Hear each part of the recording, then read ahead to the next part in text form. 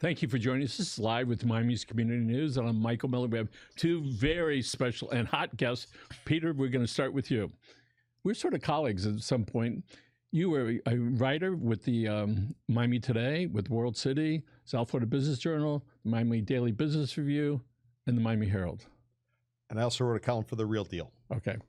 The Real Deals. Yep. So you were a journalist back when, all right? Still kind of am. And so you're like Mr. Downtown Condo guy. We just want to know how you got into it. I have this resume. This thing is unbelievable, all right? And before we get to that, we're going to introduce our other guest, Levi Meyer, who's with Compass Thank you for Real having me. Estate. And I didn't know you were fifth-generation Floridian. Yeah, fifth, fourth, I don't know. It depends how you count it. Okay, fourth or fifth. And so you're the founder and director of sales at the Meyer Group at Compass. You served the country. Thank you for doing that. And you also have a show. It's called, you do it on your golf cart. That's correct. Meyer on the move. Meyer on the move. Meyer on the move. So the Catch me first if you can. so the first time I saw you, you were out there with Mayor Francis Suarez. Yeah. Right. How did you capture him for the 30 minutes driving around in your golf cart? It is a nice cart, Yeah. but Well, I don't want to give away all the industry secrets of how you corner Mayor Francis Suarez into doing an interview with you. But let's just say he didn't lose any hours in his day. I picked him up from his office. I picked him up from his house, took him to his office. So it was just the ride to work for him. And let's talk a little bit about your podcast. Yeah. So tell us about that. So I was a journalist for a long time. I did it for 13 years, a variety of different titles. I was an editor, blah, blah, blah, blah, blah. So I like to talk to people. And a lot of times when I used to do print. And when you do print, so much of it is wasted, kind of goes on the side. And the podcast is an opportunity to sit down with somebody, go through, pull out the important stuff, and then offer stories to interested people. So years ago, you used to report on the number of cranes in downtown Miami. Yeah. We were counting cranes. That was what was it called, the Crane Watcher? Crane spotters. Crane spotters. Right? Yeah. We were tracking all the new construction because a lot of things that happen with pre-construction and new construction. So if somebody goes in to buy something, you're pretty much at the mercy of the developer. There's no pushback. There's no way to validate or verify things. So what we would do is we would track it in terms of collecting information. Is a project going to happen? Is it not going to happen? What kind of pricing is what agent saying versus the listing broker and stuff like that. So yeah. So people can go to your website, miamicondo.club. Right? Miamicondo.club. Yeah. We set up an organization. Basically, investors don't like condos. Condos don't make a lot of sense. There are clubs for single-family houses and other types of investment. But condos don't make sense. So what we're doing is we're creating a community. Anybody's interested in condo, whether you're a real estate professional, you're a lender, you're a regulator, and/or you're a buyer. You can get information real time. We pull the information ourselves. We source it from legitimate news sources, and we make it available. And then once a month, we get people an opportunity to sit down and actually meet physically, because most of it is all virtual. How many condos are downtown? 59,000 units. They don't make sense? 204 projects. They don't make sense? But are we talking existing inventory? No, talking overall. If you look at the new construction, you're probably pushing somewhere in the vicinity of 12,000 or so. I mean, interesting point, just to give you context. 1963, they set up the Florida condo law. Between 63 and 01, before we had the great boom, 11,500 condos in a 60-block stretch from the Julia Tuttle south of the Eddie Reckenbacher Causeway, then 95 east to the Bay. During the boom that led to the Great Recession, we added 22,000, or we tripled. So we went from 11,000 to 33. Now we're pushing 59,000. And where are most of those located? What we're finding right now is all in the Central Business District. They're now calling it the World Center. They've been calling it the World Center for 20 years when they first announced it, going back to 2004, 2005. That's a large concentration of them right now. So, Levi, Many of them still coming. You're in the real estate business. You sell homes, condos, expensive condos. So on one hand, we have Peter, who's been around for a long time. 93. I'm not 5 generations. Okay, for a long time. But people that are not living downtown, we look down there and we go, oh my God, what's going on there? So why don't you tell us from a retail end, meaning where people buy these homes and these condos from you, what's the outlook of those folks? So, I think prices have gotten astronomically high, and affordability is really just plummeted. It's very difficult for people to buy homes in Miami. But with that said, we have people coming here with very deep pockets, and so there's a tug of war happening lately, where inventory is on the rise, especially in the single family home markets in all nice neighborhoods like Coral Gables, Coconut Grove. We've seen double-digit double-digit year-over-year growth in inventory. We've seen multiple double-digit growth in days on market. Interest rates remain high, and typically we would see that bring prices down. Although from what I'm seeing, prices are holding. Transaction volume is slow. Again, we're talking to single-family homes, Coral Gables, Coconut Grove, Pinecrest. Transaction volume, meaning the number of homes that we sell, is down drastically, and the time that it takes to sell them is down. With inventory being up, that creates a long supply of months of supply of inventory. It gives buyers a little bit more freedom to take their time, to breathe, to negotiate. But we are seeing deals happening every day. It's just not at the velocity that we got accustomed to in the early 2020s. In early March 2020, the pandemic came, and we saw inventories like skyrocketing. Then somewhere between 2020 and maybe 2023, it all sort of got absorbed. What's going to happen with the massive amount of inventory and the huge expenses that are associated with, we can talk about condos downtown. Yeah, so just to clarify for everybody, I do condos, okay? I don't do single-family houses. What Levi does, these are works of art. This is something you hang on the wall. A condo is a commodity. It's no different than a salty snack, no different than orange juice, no different than anything else you're going to go and you're going to buy. So when you're buying a condo, understand it's a commodity. And then take it a step further. The way I look at the world, you got Interstate 95. Anything east of it is going to be coastal. Anything west of it is going to be real. So when you're west of 95, these are real people. How much is diapers? How much is gas? How much is whatever? When you're east of 95, I want you to get in a time machine, go back to before Robinhood app where you could buy stock in Charles Schwab. Back then they had trading pits. So you want to buy a stock, you call your broker would call somebody on the floor would give an order, that order runner would take it to the pit and everybody be yelling. If your hands are out, you were selling, your hands are in, you were buying. When you're east of 95, this is a trading pit for condos. This is not family for a dog. This is not live the American dream. This is a way you go in and you play the cycles. Many investors have anywhere from 1, 3, 5, 7 years. That's their horizon. So don't think these people buying are anticipating and hoping the community gets better. These are traders looking to make a buck, and they're trying to play the cycle. I'm so disappointed. But I'm just saying. So if you come in with that rationale, now you'll understand why some condo developers are trying to get north of $3,000 a foot. $3,000 a square foot. Walk in your bathroom, look around, count how many steps it is, and then multiply that by $3,000 a foot. That'll give you some context how out of whack this stuff is. So, is that ever going to straighten out, or are we just going to get used to it and we'll keep attracting the people from New York and Chicago and maybe Seattle? Well, I mean, it's our history. If you go back, there's a fantastic book. If nobody's ever read it, you should check it out, called Bubble in the Sun. It's it's nonfiction, taking a look at the Florida land boom of the 1920s. And by the way, we're celebrating 100 years across the board. A lot of the tactics that were used 100 years ago by George Merrick and Carl Fisher and everybody else, they're still being used today. So we have a history. It worked then. Yeah, it worked then, and it continues to work today. So the idea is real estate's not real time. You get everybody hot and bothered. You hire a bunch of pretty people. You give them booze. You give them food. Make them feel special. They sign on the dotted line. The people west of I-95 are throwing up right now. Yeah, but the people west of I-95, they're making money off of the stuff east of 95. So I always say the single family is different. But if something happens vertically, meaning a condo, it's going to impact people west because they're selling tile, they're doing interior design, they're doing closings, they're financing it, they're painting it, all that type of stuff. So it's really it's connected. So a lot of folks are moving into Miami that have a lot of money. What impact has that had, for instance, on the schools and on the traffic?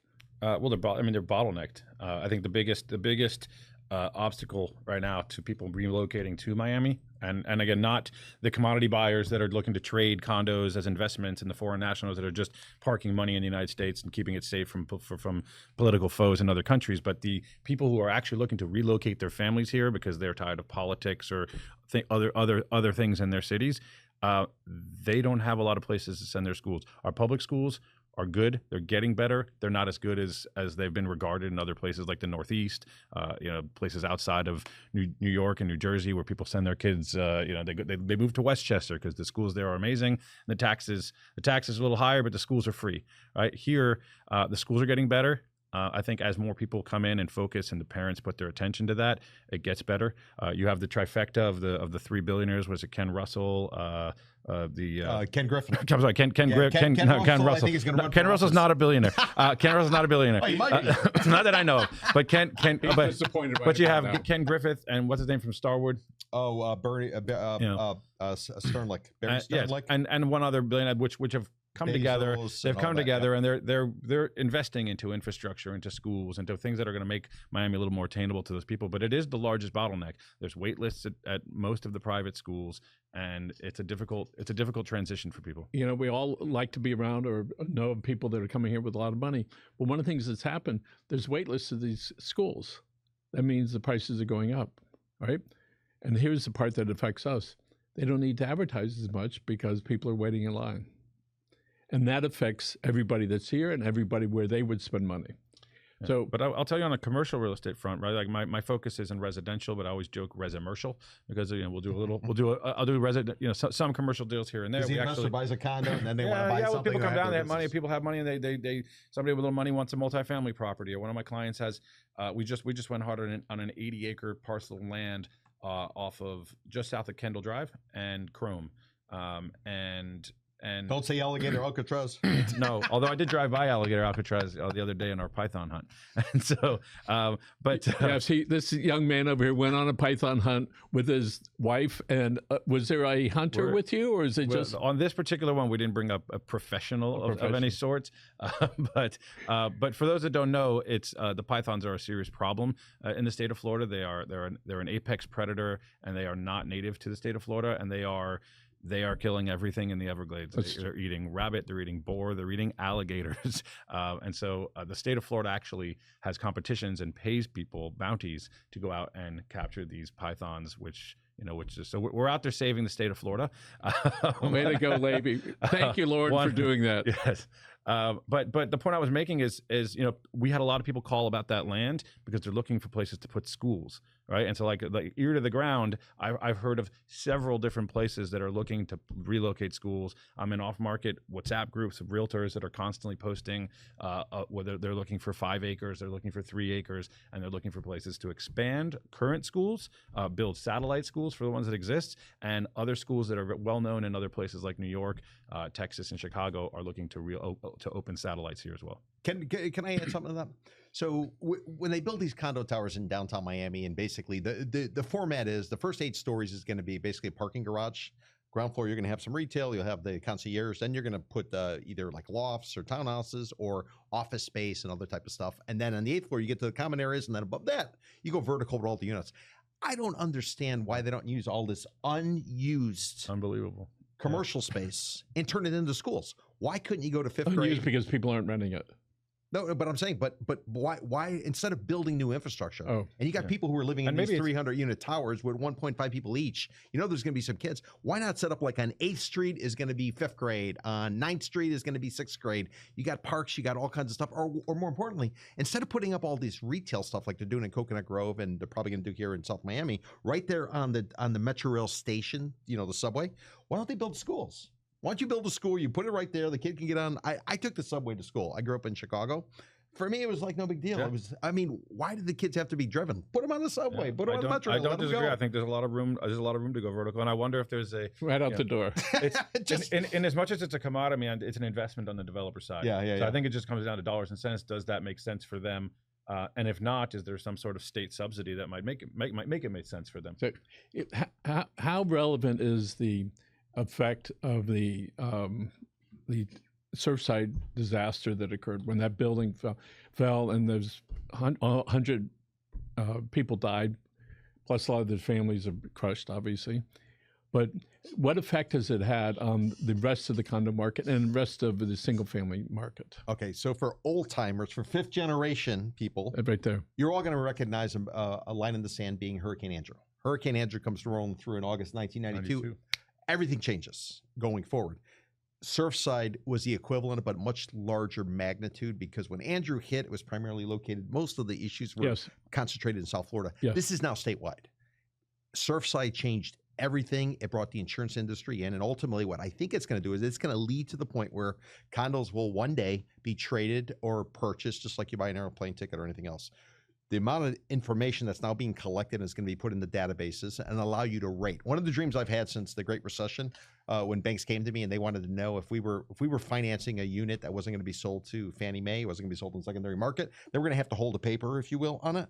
They wanted to know, how do they assess a condo associate based on the financial feasibility, when the only thing you get is a condo questionnaire. You call some property manager might have been boozing the night before. They got to fill out a condo questionnaire. Here it is. Here's, $100, $200, whatever they charge you. They send it over to the bank, and the bank's got to put that in a file, make a decision. So where it's going, and I mean, what I wanted to do is rate condo associations based on feasibility. So you get an appraisal, you get an inspection, and then you get an assessment, just like you would a stock or a municipal bond. So what I'm saying is, Surfside, I think, will lead to us buying and selling condos online because they are commodities. How soon it's going to be, I don't know. The realtor industry is going to push back. They are. But based on the antitrust or the anti-competitive lawsuit they just settled. Well, they're looking for transparency. Transparency is what's going to make that available, right? Yeah, but right now, none of the association documentation, none of the engineering studies, like whether or not they have reserves, what they've invested in, what problems they have in their building, that's all kept private, and you can basically only attend it by attending the meetings or requesting minutes of the meeting, if you're so lucky that those things exist to provide to you. And that's why I didn't launch the condo, because I got legal opinions at the time, 15 years ago.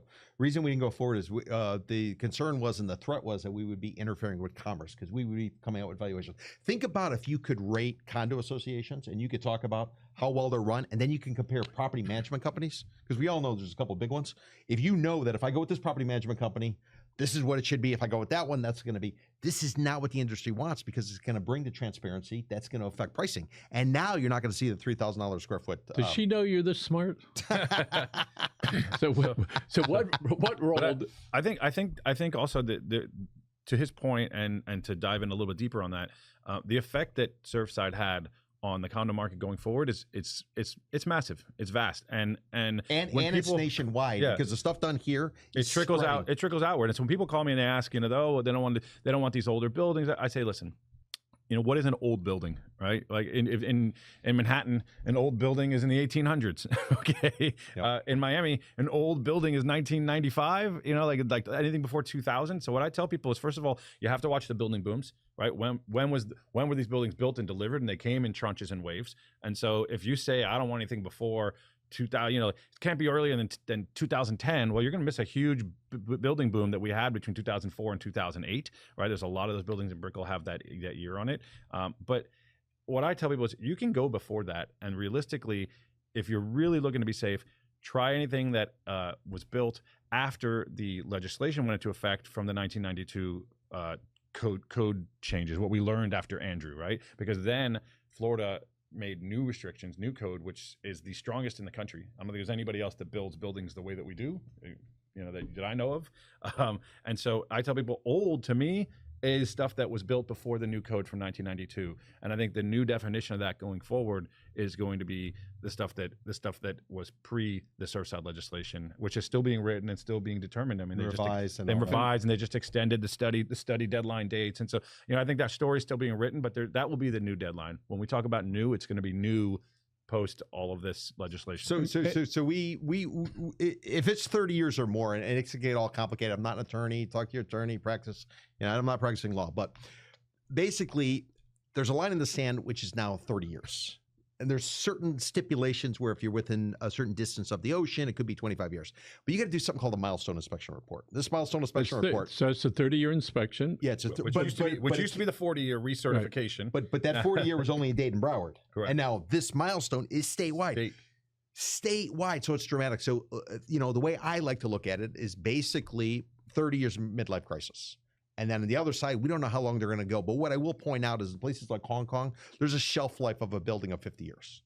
And then they tear it down and they start all over. I'm not saying we're getting to that point, but reassurance companies that provide the money for the insurance companies, they're international. They're looking at things across the board. So just when you look at the condos, but to the old ones, the vintage, which we say are 30 years or more, you can get great value. We're seeing places like Sunny Isles, it's 18 cents on the dollar. If you look at the overall price versus a vintage, 30 years or more, they're priced at about 18 cents on the dollar. You look at downtown Miami, you're looking at 50 cents on the dollar. You go to a place like Hallandale, it's going to be, 40 cents on the dollar. Overall market versus what you can get these vintage for. And you say, well, why would I go to an old one? First of all, the old ones, they're expansive.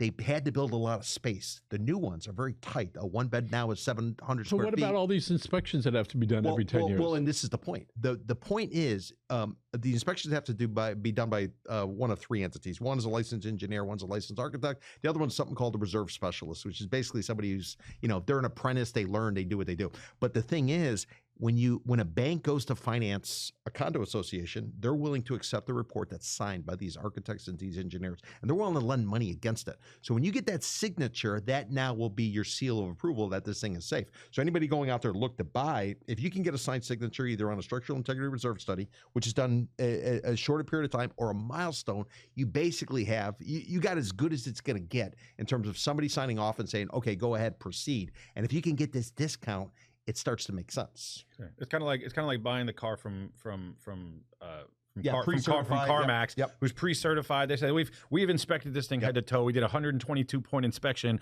This thing's in good shape. Versus buying it on Craigslist and hoping for the best. So if the engineer comes back and said, "Listen, it's good, but it needs all this work done." Well, and that's where we're seeing, and we're ballparking this. This is pure speculation. We're looking at, if you're below 3 stories, you're looking at $25,000 special assessment. If you're 4 to 14, 50 to 75,000, and north of call it 15, you look at $100,000 a door. So you need to factor this in when you're buying and get the seller to take the haircut or to cover, and then you have the ability, because you got this signed report saying everything is good and this is what it's going to cost. Let's say the 40-year was already done. In this case, I understand it's 30. 40-year was only Dade and Broward. Okay, and so now another 10 years. So the new buyer has to say, looks like it's going to cost us $25,000. We've got 4 years until that happens. Assume you're going to have a special assessment every 10 years. Now, the question is, how big is the 30-year one going to be? That's the big one. But every 10 years, you're getting a special assessment. So if you think you got a great deal and you're smarter than the seller and, oh, my God, the guy's letting it go, the reason he's letting it go is he's trying to get out early. You may or may not realize that you have a special assessment coming in 2 years. Before he takes the hit. And so what's the time frame? Well, every 10 years. And it's based on certificate of occupancy, which you can find. For buying and selling, what's the time frame? In terms of when you should buy, I would like to get in at year 2, knowing at year 10, hopefully I can exit, the market has changed, and somebody else pays a special assessment. That's the way I would do it. But if you're buying in year 9 and a special assessment's coming at year 10, you're going to get hit for it. So, this is where the transparency. But if you're getting into critical. buildings, again, if you're looking at buildings that haven't gone through these studies, that haven't hit their milestones, the milestones. You're buying with a big question mark, and then I think it becomes a question of how old is it, how likely are we looking at these assessments. As a really good example, I'm talking to somebody right now who wants to buy a unit in the Setai in Miami Beach. For them, they love the idea that it's transient. You can do short-term rental. You can put it in the hotel program if you keep the furniture package, or you can rent it on your own with a property manager. But he goes, is there another building? Is there somewhere else that we can look? And the reality is, not on that stretch from South Point to Mid Beach. The options for short-term rentals are not very, very large. And when you look at the Setai as a overall value, it's one of the older buildings. What is it, 2006, the Setai, give or take? 2006, 2007. It would have been earlier, but they had a little bit of a legal issue. Yeah, so it might have been 2006, 2007, but I still look at that and I say, if you're talking about the new product, forget it. All the new product that's on the sand, and most of it won't be short-term rental. You're looking at, you can get a 2-bedroom in the Setai for 2.6, 2.8, or just under $3 million. Where, the new stuff they're building, you're talking about prices that are triple that. Right. So I'm going to ask each of you the same question. What advice would you give to a first-time condo buyer? First-time condo buyer. First time. For the first piece of advice is get really good guidance. Don't try to do it on your own. Don't go on Zillow calling every agent who has the listing. Half these agents don't know. They've had their license for 10 years. They got it because they sold that. They wanted to make money selling the condo they're selling now, pre-construction, to their cousin from Colombia or from wherever else in South America. That was the first transaction they did, and the second one is them reselling it now 9 years later. Really do the research to get with a professional. As you can see, there are people like Peter who are filled with knowledge. People like myself that just try to keep up. And but I think getting really, really great guidance is the first step that you're going to take in any condo investment. And Peter? Levi hit it there. You got to get the right guidance. You got to waste a lot of people's time related to that, but that's not my advice. I'm going to say something that's going to piss off. I don't know if I can say piss. That's going to annoy. I'm going to say something that's going to annoy a lot of people in the real estate industry. There's something out there called the 1% rule.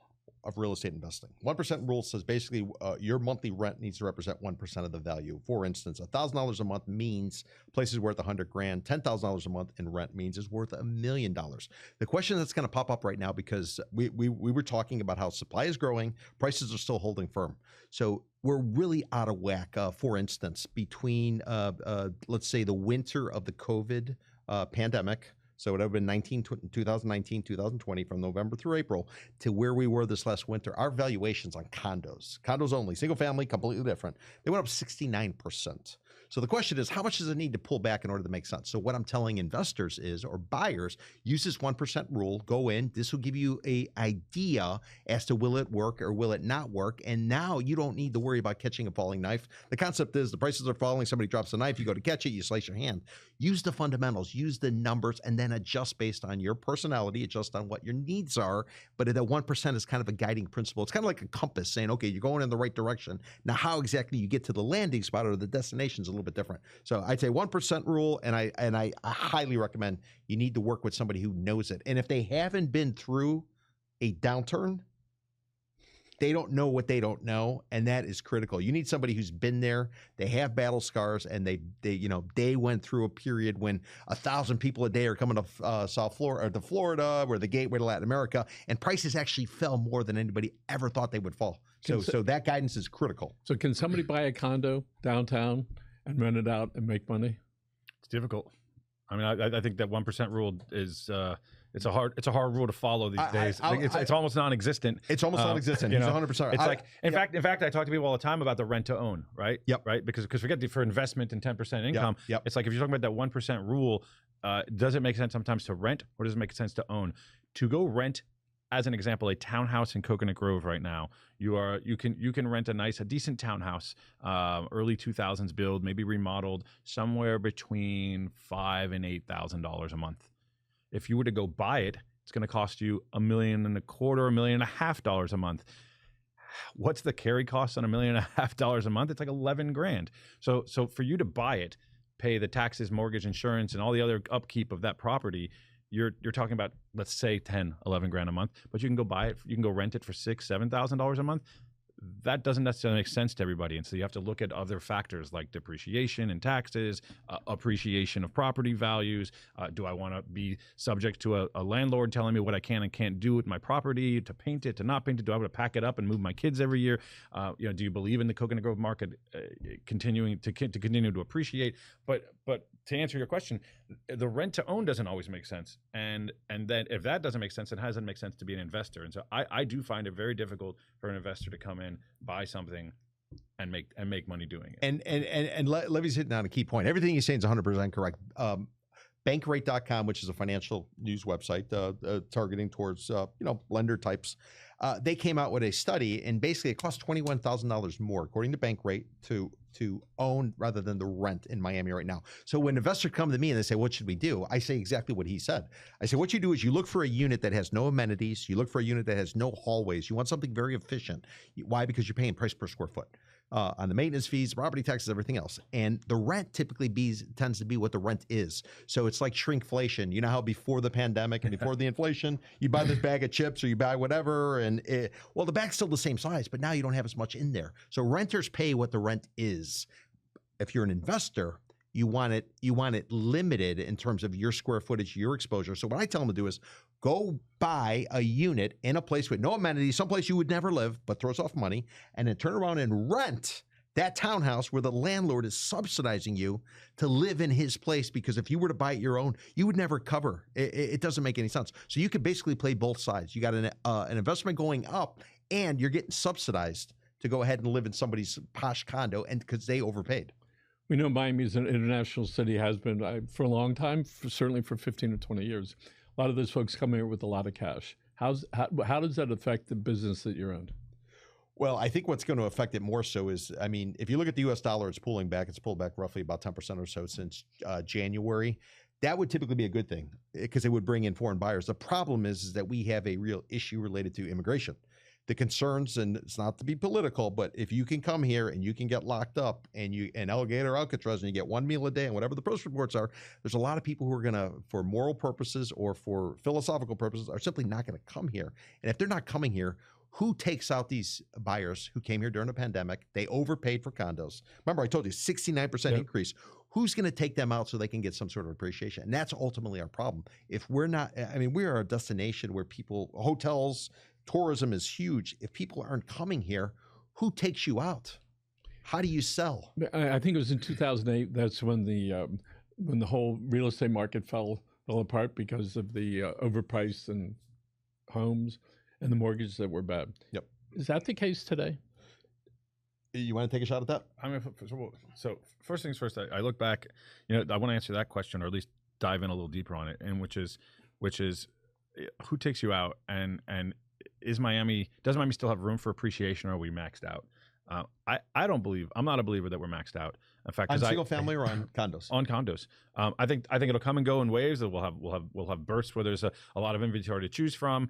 When most of these buildings that are being built now, that most of them are selling, right? But when they do deliver, they'll light up like a Christmas tree. That's what happens. A building goes for sale as soon as Aria Reserve Towers is done. Bing, bing, bing, bing. 40% of the unit buildings for sale.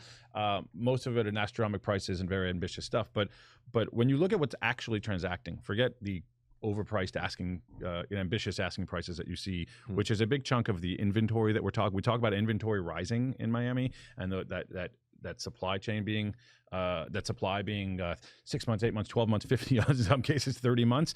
It's not really that accurate to look at the active inventory, because a lot of it is so astronomically overpriced it doesn't matter. But when I look at the inventory that's trading and transacting, again, maybe slower but still stable, where is it moving? And it hasn't been dropping.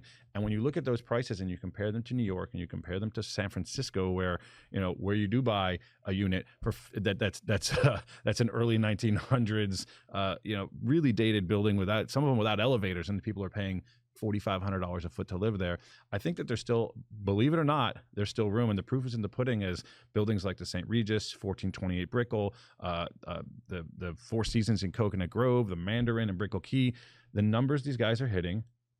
So who comes and takes them out? I mean, I think they're going to continue to come. Well, to give context, we just took a look at the Central Business District, where you got a ton of condos going up, Miami World Center. So the average ask is $1.6 million a door. They're getting $3,500 a month rent median. Now, is a proposition that if I spend 1.6, I'm going to get $3,500 a month rent gross. That's not covering my maintenance fee, which is going for $1, $1.25, $1.50. That's about half or less. Property taxes on $1.6 million at 2%. I mean, you can see this stuff is so far upside down. And then in terms of, what's the product? What we always heard is luxury. You got to have luxury. Well, if you look in the Central Business District, 1 out of every 4 units in a brand new building called the Aston Martin is now available, listed for sale. The building's 1 year old. 100 units. There's over 100 units for sale. Yeah, people are trying to get out. Now, a portion of it is speculators who've come in with the idea of flipping. But what's up with the other ones? So when you see luxury project like Aston Martin, according to numbers, and we put out a report last week on it, why are so many people getting out of a luxury condo? I thought everybody wanted it. But then you're going to say, well, there's out-of-towners and work from home. The problem is when ChatGPT cut a deal with Microsoft back in, 2023, all of a sudden, anybody who was in tech, they said, they got calls, hey, get your ass back to Silicon Valley. We need to work on AI. And then the guys like Jamie Dimon from JP Morgan, they said, well, those days of working from home, no, I need you in New York. I need you wherever you're going to be. So this idea, this utopia concept we had, you can work from home in South Florida, and then you can do whatever you're going to do. It's over. It's over. Now, what do you do if you bought one of these condos and you bought into it? Well, now you're getting $3,500 a month rent if you're paying $1.6 million. So what's the value proposition, and who takes you out? I also think a lot of these people that are selling. I went back and looked at my photos. I don't know if you can open your Photos app in your album, and you go to your photos, go to album, go go scroll down to places. You zoom in on the map, right? And I did that to zoom in right to Aston Martin, wherever I took any pictures I've ever taken on that site. And I have some from long before that, but the earliest photos I have of Aston Martin was at the groundbreaking ceremony, okay, which was in early 2019, right? Which means that they were starting to sell and take reservations for these things in 2017 and 18, right? And they didn't deliver until 2024, right? So we're talking about people, some of these people had their money tied up in this building for 5, 6, 7 years. And it's that's longer than the average lifespan of somebody staying in a property. Peter, it seems to me, and they didn't even get into it for 7 years. It was just a couple of years ago. I'd be driving through downtown. I'd look at the condos, no lights were on.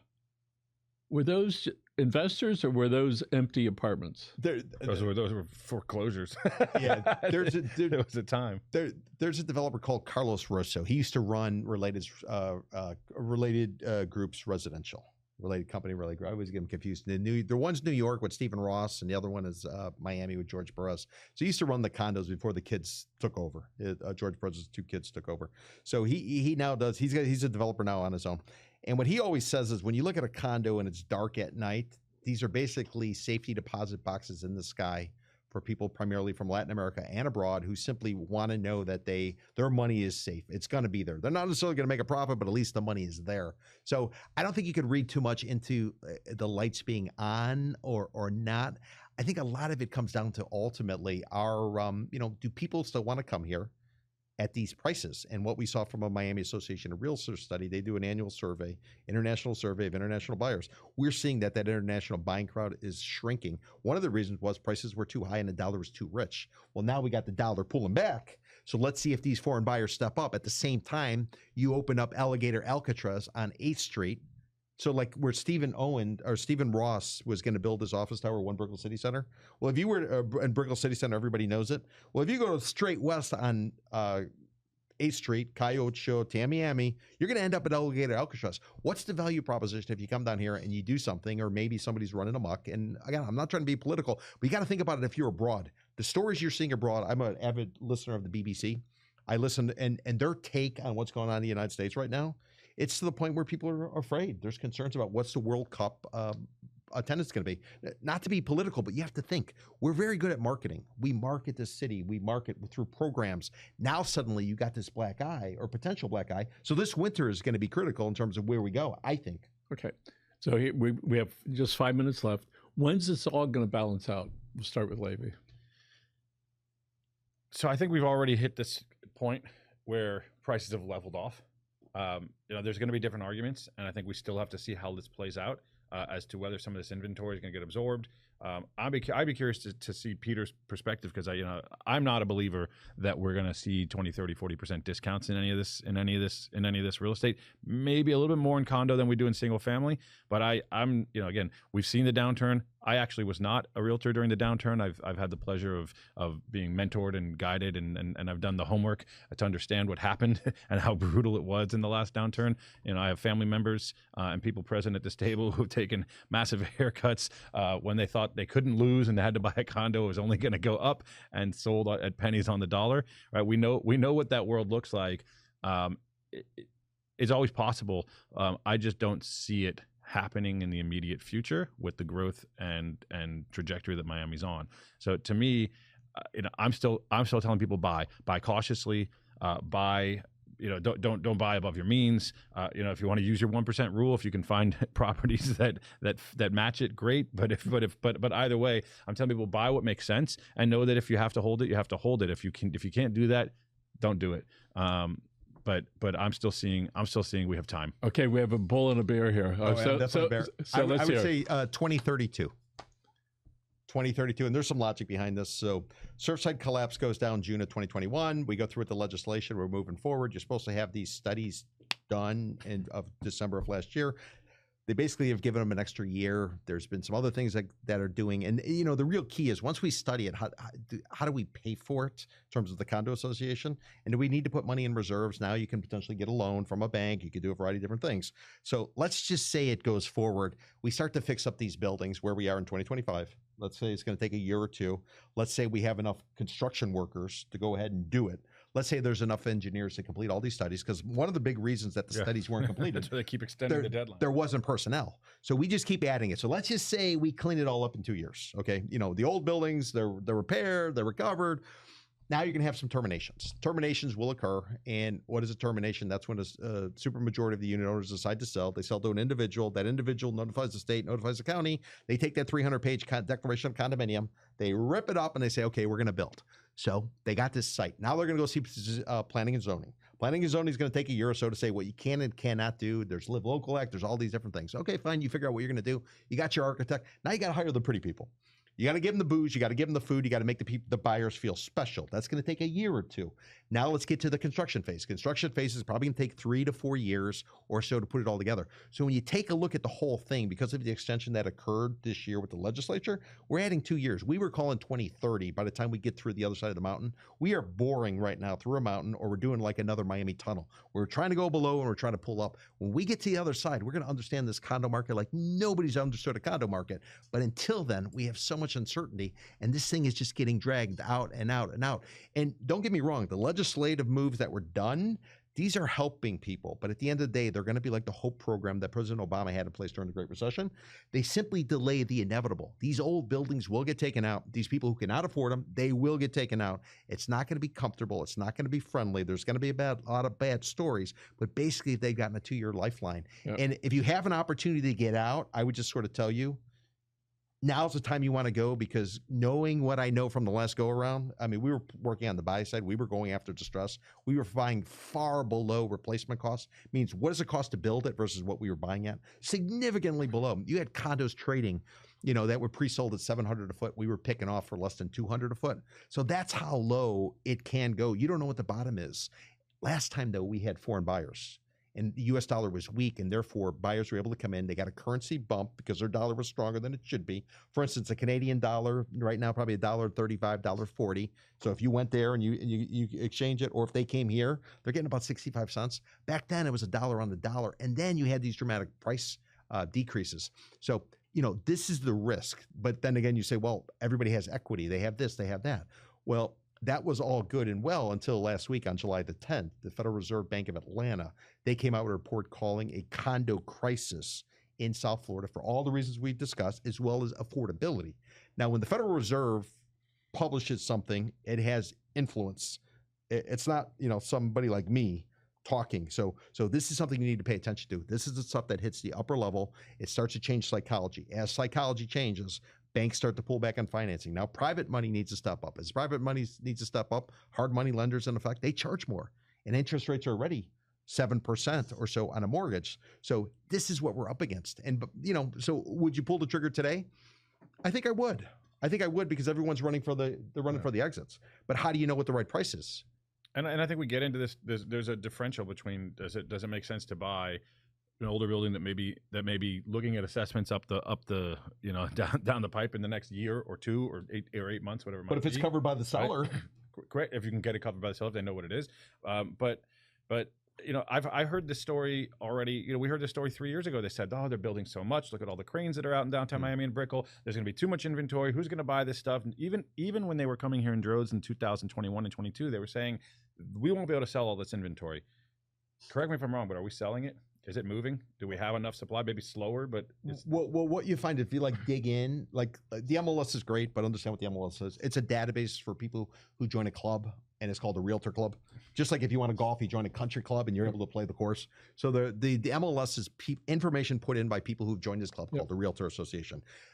Where you really want to look is you want to look at government records. So when you get to some of these, pre-construction doesn't go to the MLS. Yeah. So if you go to government records and you look at a building that's supposedly sold out, I can point out some buildings. I'm not going to because developers going to threaten to sue me. There are buildings that are standing that you think are ultra successful. And if you go through and look at the deeds on these buildings, you're going to see a developer. It's still holding quite a few. They're still holding quite a few. So they have to talk out of both sides of their mouth because they're on the sell side. I tend to work on the buy side, so I look at things a little bit differently. So we're going to wrap it up. If people want to find out more information about you, they can go to miamicondo.club. But you also have a club. So tell us about that club. So I mean, the club basically is an opportunity. It's a platform. It's a meeting place, community place, people to get together and talk condos. We have members who are realtors. We have members who are lenders. We have people who do title, stuff like that. Because a lot of the information that's put out there tends to be more rosy and positive and convention and visitor bureau stuff. And I use a lot of the journalistic stuff I did when I wrote columns and I did stuff like that to just sort of lay it straight. Because I'm a believer, if you got transparency, people are going to do deals. It's like this situation you were mentioning, St. Regis on Brickell. We got this situation where they're doing excavation, according to the Miami Herald. And they find all kinds of stuff and nobody knows about it because the city of Miami, according to the Miami Herald, as well as the related group, they're keeping it quiet because they don't want to do it. So what I say is just tell us. We know what's going to happen, but tell us. Give us transparency and then people make an educated decision. If I know that this building's in trouble or I know this, I'll make that decision. I'll simply make a price adjustment. But by withholding information, that's the part I think that really ultimately creates our issues. That's why we can get so high, but that's what allows us to get so low, I think. And by the way, if you so in your club, you share as much of that. Yeah. So we're going through and collect. I do consulting work for like institutional investors. Like a lot of times if something's in play, I'll get a bunch of calls about the same that type of thing. I do expert witness work. I tend to go on the opposite side of developers. But basically we're collecting information, we're sharing it. We share a little bit with the public, but we put it all behind a paywall. And behind the paywall, we're running our numbers. We're sharing it openly.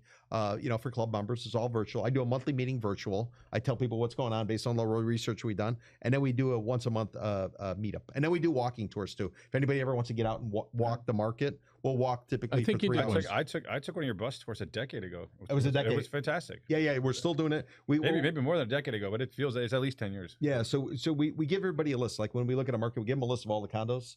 We give them all the essentials. What year was it built? What are all of the addresses? Because some buildings have various addresses, so you can run your own data. We give you the latest, what's for sale, what's sold, and then we give you ratios so you can figure out if is a building in play. For instance, like one of the rules we use is if 10% of the units are available in a building, that's a good thing. It should have some sort of. But when that number gets to like Aston Martin of 24%, that is flashing signs that everybody's trying to get out. And then you get to other buildings like 900 Biscayne Bay, which is right across from Museum Park. It's got 2% for sale. So if you're going in that building, nobody wants to get out. If you're a realtor, this is where I want a listing because it's going to move. And this is how you use the numbers, the statistics, the ratios, the research to figure out what's a good deal and what's not a good deal. So when people join your club, right? They get access to all of that stuff. And then I understand once a month or so you all get together? We get together. Yeah, we alternate. We do it in the Gables. We do it downtown Miami, up in Hallandale, Fort Lauderdale. I mean, we got club members all over. I don't know who anybody is. When you were a writer, were you like this? That's what I want to know. How did you manage to stay so long at these places? No, I love condos. Everything I do is condo. All right. Yeah, so again, it's like you said, it's a commodity. It's a much easier commodity to keep track of. I could not do what you do: a single family house and the shape of the lot and the tree and it puddles and the distance to the corner. I don't know how you do that. Okay, I want to make sure I got information right. So in July, you did a podcast on the weekly buy sell hold Miami. Yeah. We started a podcast with a colleague of yours over at Compass, a gentleman called Daniel Hernandez. And you did the Atlanta Fed condo crisis warning. Yeah. We put out every Sunday. We put out a newsletter. We like to do it late, so you're sitting at home, you're winding down, and then we hit you with a headline that so you don't sleep. Yeah, pretty much. So, and then you did the Wynwood developers expansion. By the way, in front of the South Florida Business Journal this week, great story about Wynwood. All right. Yep. I don't know how many evolutions there can be there, but it's certainly massive. Levi, we're going to end with you. Well, you can find me a frequent guest and host on the Community News Network. So you can find that on communitynewspapers.com, on their Facebook page, on their Instagram page. You can also see on my YouTube page, the Levi Meyer Group. We do a lot of video. I'm very active on social media at Levi Meyer RE or at Levi Meyer Group. We try to be talking to the people and constantly in front of everybody, from interviewing the mayors and commissioners of our community to the state representatives, to all the condo experts. In fact, we're starting a podcast here in this studio called "So You Want to Be a Developer," and so hopefully Peter will be Peter will be a guest on that one. But that's good. That one's going to be called "So You Want to Be a Developer." Come and eat you up. But we're going to be talking to everybody in the development world, from single family guys to multifamily to commercial developers, to high rise, some of the biggest names and some of the smaller names, to the guys that lend them the money, to the guys that insure them, and so on and so forth. So it's going to be a very interesting podcast. We're mapping out the first 2 months of guests, and hopefully Peter will be one of those. And people can find you all over the internet at Zalewski. Zalewski. Yeah, that's exactly what it says. That's what you said right there. I am not related. I'm not related to Zelensky and Zalewski. He's Zelensky. Everybody calls me Zelensky. Peter, thanks so much for being here. It's always a pleasure. Mr. Levi Meyer, thank you. And folks, thanks for joining us. Remember, take care of yourselves and your family. Have a good day. Bye now.